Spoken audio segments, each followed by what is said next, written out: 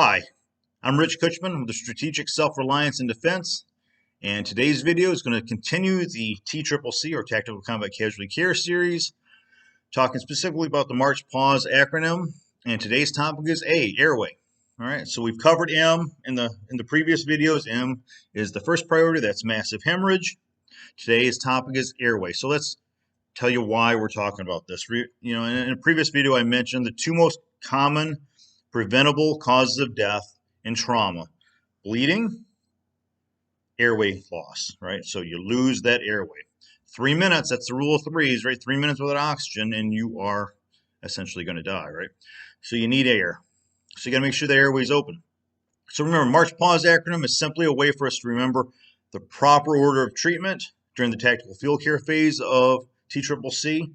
So how do we do things? It's the priority list. It's so we don't forget things. All right, so first things first. If your patient is talking to you, if the casualty is talking, they have an open or patent airway, right? You may not have to do anything except continue assessing. You continue down the acronym, and we're going to get beyond A in the next videos. So you continue the assessment. But remember, you have to come back and reassess because things change rapidly. Their airway might be open right now, and 2 minutes later, it might swell closed, right? Maybe they're trapped in a burning car. Maybe they're allergic to bee stings, whatever the case may be, right? So you got to reassess constantly. And assessing, reassessing airway is fairly easy. If they're talking to you, it's open. So every once in a while, just look over them and ask them a question, right? Hey, buddy, you doing all right? Let them talk to you. If they talk, you're good. Now, if their voice is very hoarse, if they're having difficulty speaking, you have to do some more work. Now, if they're unconscious, certainly you have to do more reassessment, all right? So let's talk about the conscious patient first. Conscious, talking to you, let them assume a position of comfort. That just means let them get into a position that is most comfortable for them, easiest for them to breathe, right? We pretty much do this for everybody, position of comfort, unless there's a real reason we can't do it, all right? C-spine injury. You can't have them, sitting up when they're taking fire. And of course, you're not doing this in that stage anyway. This is tactical field care. So position of comfort. Let them assume the position that makes it easiest for them to breathe. All right. You might want to consider what we call an NPA, nasopharyngeal airway, right? These come in different sizes. Adults typically use a 6 centimeter to a 9 centimeter. I've got a couple different sizes here. You can see one's definitely bigger than the other. This is actually a 28 French or a 6.5 centimeter. This is a 32 French or a 7.5 centimeter. So for adults, 6 to 9 centimeter is the standard. I just carry, I have different kits, and usually I carry what I have. And most of the time I carry the 7.5 centimeter. That works on almost all adults, right? You can see the size of it. All right, so nasopharyngeal airway, you can put this in on an awake person or an unconscious person. It really doesn't matter, right? So all these do, right? They're a soft, flexible, rubbery material, silicone typically. They have this flange. That's what stops it from going any further in your nostril. And it's got what we call the bevel, right? That angle. Now, theoretically anyway, the way this works is the bevel stays next to the septum as you slide it in. You use a little jelly, lubricating jelly. It's just water soluble. You grease it up and you slide it in. It goes up in the nostril. You slide it back till the flange rests against the outside of the nose, right? So all this does is it keeps an open airway for that swollen soft tissue, keeps the tongue out of the way, and the number one obstruction in the airway is the tongue, right? So semi-conscious patients, unconscious patients, depending on the position they're in, the tongue gets in the way. So this is just helping you get the tongue out of the way. But it's also in case they have, maybe they're allergic to bee stings and their whole airway starts to swell up. This at least keeps that much of an airway open.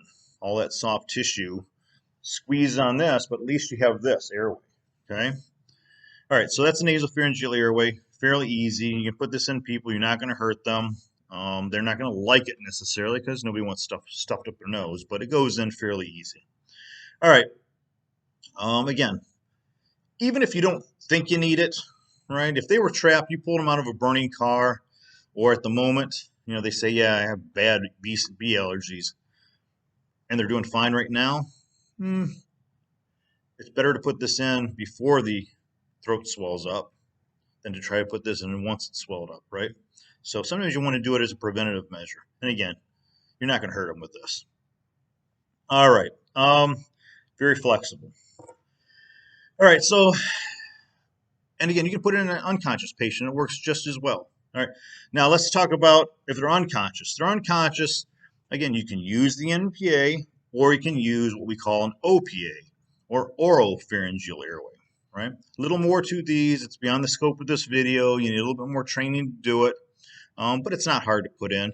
And these do come in sizes, okay? And you have to size them. Maybe I'll do a video later about the OPA.